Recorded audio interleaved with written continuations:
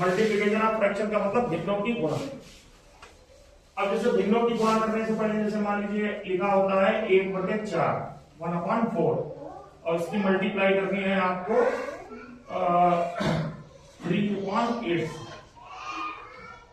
या 3/2 से करनी है। 1/4 मल्टीप्लाइड बाई 3/2। अच्छा, भिन्नों की गुणा करने में क्या था, जैसे दो चीजें होती, भिन्नों को जोड़ना और भिन्नों को गुणा करना। गुणा करने में एक भिन्न ये है, गुणा का निशान है, दूसरी भिन्न ये है। तो इसमें कुछ नहीं होता, इसमें क्या होता है, बराबर का निशान लगाइए। ठीक, ऊपर क्या लिखे हैं, अंश या न्यूमरेटर। तो ऊपर है न्यूमरेटर, नीचे है डिनोमिनेटर, यानी अंश और हर। तो अंश की अंश से गुणा हो जाती है और बटे में हर की हर से गुणा हो जाती है। जो काम आपको नहीं आया वो ये था, ऊपर लिखा 1 गुणा का निशान 3, नीचे लिखा 4 गुणा का निशान 2। तो 1 की 3 से गुणा करी 3, 4 की 2 से गुणा करी 8, हो गई गुणा। तो भिन्न की गुणा करना कितना कठिन था।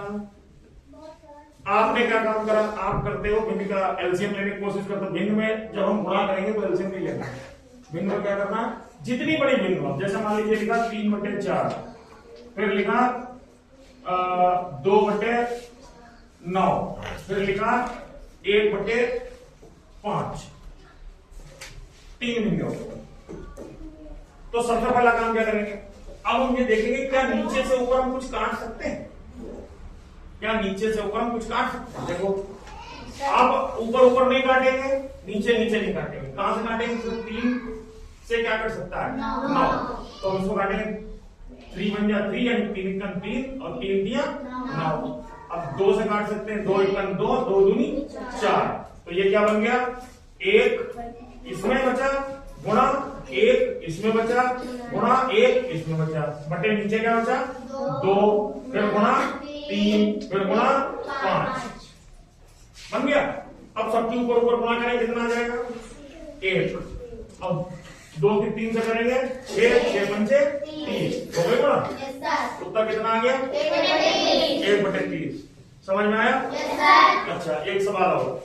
अब मान लीजिए सवाल लिखा 2/9, फिर लिखा 1/8, फिर लिखा 3/10 और फिर लिखा 5/7। 4 भिन्न कर दिए हमने। गुणा करने में कुछ भी नहीं बदलता। गुणा करने का पहला नियम क्या, आप देखो क्या इधर उधर से कट रहा कोई, ऐसे ऊपर से नीचे, ऐसे या ऐसे।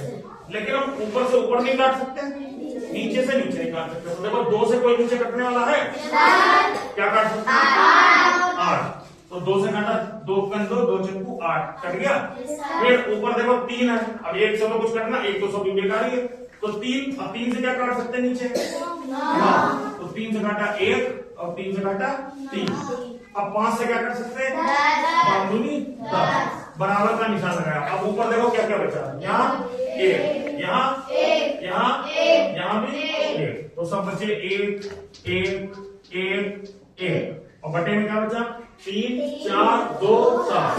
तो 3 × 4 × 2 × 7 बराबर कितना हो गया 1/4 दिया 12 दूनी 24, 24 की 7 से गुणा करो, कितना हो गया 7 × 4 = 28, 7 दूनी 14 और 16 168। चेक कर लो, सही है, समझ में आ गया। अच्छा, अब चलो दूसरा करो। अभी इतना समझ में आ गया। अब मान लो जितने सवाल अभी तक आए उन सब में ऊपर 1 आ जाता है, तो तुम कहोगे सब में आ जाएगा, लेकिन सवाल लिखा 5/12 गुणा 3/5 गुणा 8/9।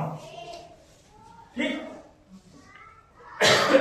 अब देखो, या मान लो हमने इसको लिख दिया 15। चलो अच्छा ठीक है, 5 से 5 काट दिया, ठीक। 3 से 4, 4 से 2, देखो 5 से 5 काटा, एक बार ये भी गया, एक बार ये भी गया।